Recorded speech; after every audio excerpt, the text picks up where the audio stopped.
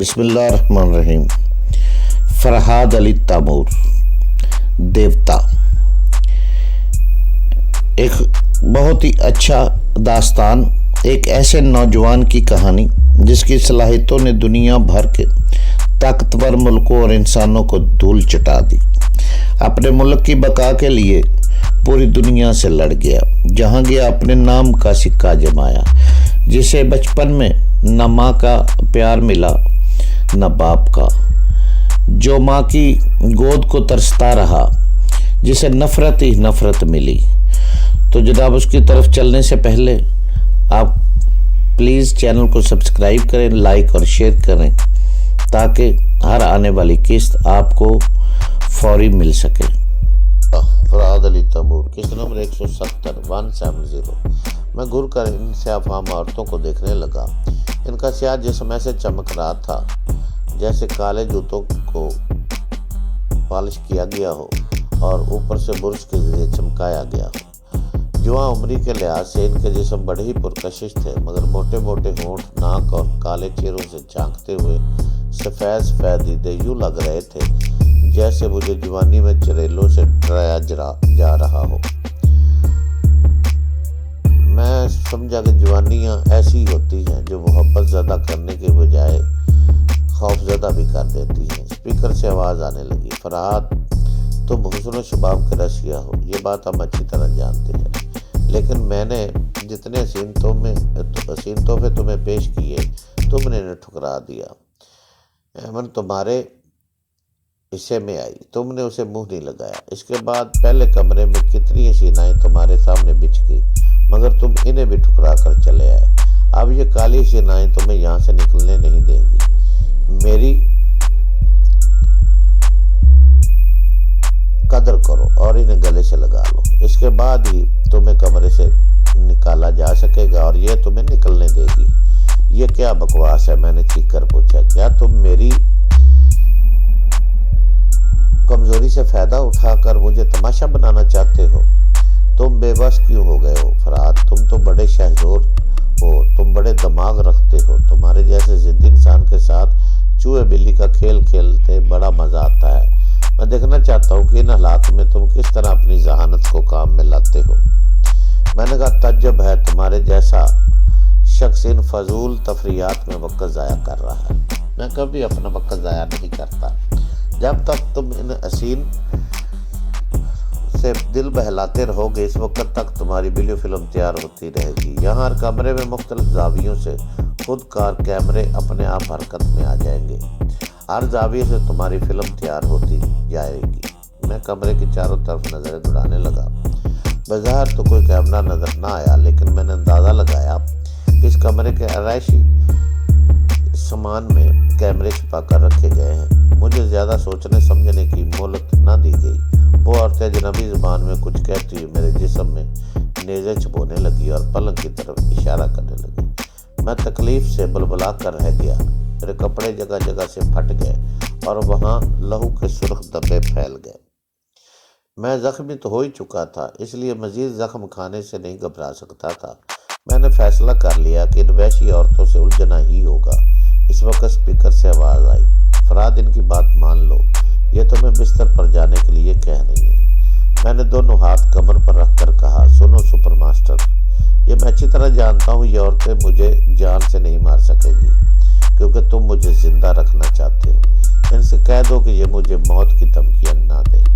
بے شک میں تمہیں زندہ رکھنا چاہتا ہوں، مگر یہ عورتیں تمہارے جسم کو نیزوں سے چھید کر چھلنی بنا دیں گی۔ جب تم موت کے قریب پہنچ جاؤ گے تو تمہیں تبھی امداد پہنچائی جائے گی، تمہیں پھر سے زندگی کی طرف لٹایا جائے گا۔ اگر تم میرا حکم مان لو گے تو تمہیں ان خونخوار عورتوں سے نجات مل جائے گی اور تمہاری ہر خواہش کا احترام کیا جائے گا۔ سپر ماسٹر، مجھے افسوس ہے، میں تمہارا حکم نہیں مان سکتا۔ میں خود کو ویڈیو فلم کا کردار نہیں بناؤں گا۔ میرا اٹل فیصلہ سن کر سپر ماسٹر نے اجنبی زبان میں کچھ کہا۔ وہ عورتیں اس کی آواز سنتے ہی پینترے بدل کر مجھ پر نیزے سے حملہ کرنے لگی۔ میں نے زخموں کو برداشت کرتے ہوئے ایک بار اچھل کر ایک کالی سینہ کو اپنی گرفت میں لے لیا، پھر فوراً ہی اسے اپنے سامنے ڈھال بنا لیا۔ میری یہ پھرتی کام آ گئی۔ ایک کلوٹی کا نیزہ جو میری طرف آ رہا تھا وہ ڈال بننے والے حسینہ کے سینے میں پیوست ہو گیا۔ اس کے حلق سے ایک دردناک چیخ نکلی۔ میں نے ایک ہاتھ سے اس کا نیزہ چھین لیا اور دوسرے ہاتھ سے اس ڈھال بننے والی کو آگے کی طرف دھکیل دیا۔ باقی 5 عورتیں چاروں طرف سے مجھ پر حملہ کرنے لگی۔ میں پینترے بدل بدل کر اپنے نیزے سے ان کے حملوں کو روک رہا تھا۔ پھر جو میری زد میں آتی اس کا جسم میں نیزہ اتر کر دوسری طرف نکل جاتا۔ عورتوں سے لڑنا مردانگی نہیں تھی، مگر میں مجبور تھا۔ وہ خونخوار عورتیں مرنے یا مارنے پر تلی ہوئی تھی۔ وہاں اپنی مردانگی کا نہیں، جان بچانے کا سوال پیدا ہو گیا تھا، بلکہ جان بچانے کا بھی نہیں، عزت بچانے کا سوال تھا۔ میں نہیں چاہتا تھا کہ وہ سپر شیطان میری ویڈیو فلم تیار کرے۔ تقریباً 10 منٹ میں اس جنگ کا فیصلہ ہو گیا۔ مزید 3 کلوٹیاں بری طرح زخمی ہو کر فرش پر گر پڑی۔ باقی 2 عورتیں نیزے تانے سہمے ہوئے انداز میں حملہ کرنا چاہتی تھی۔ مجھے ان پر رحم آ رہا تھا۔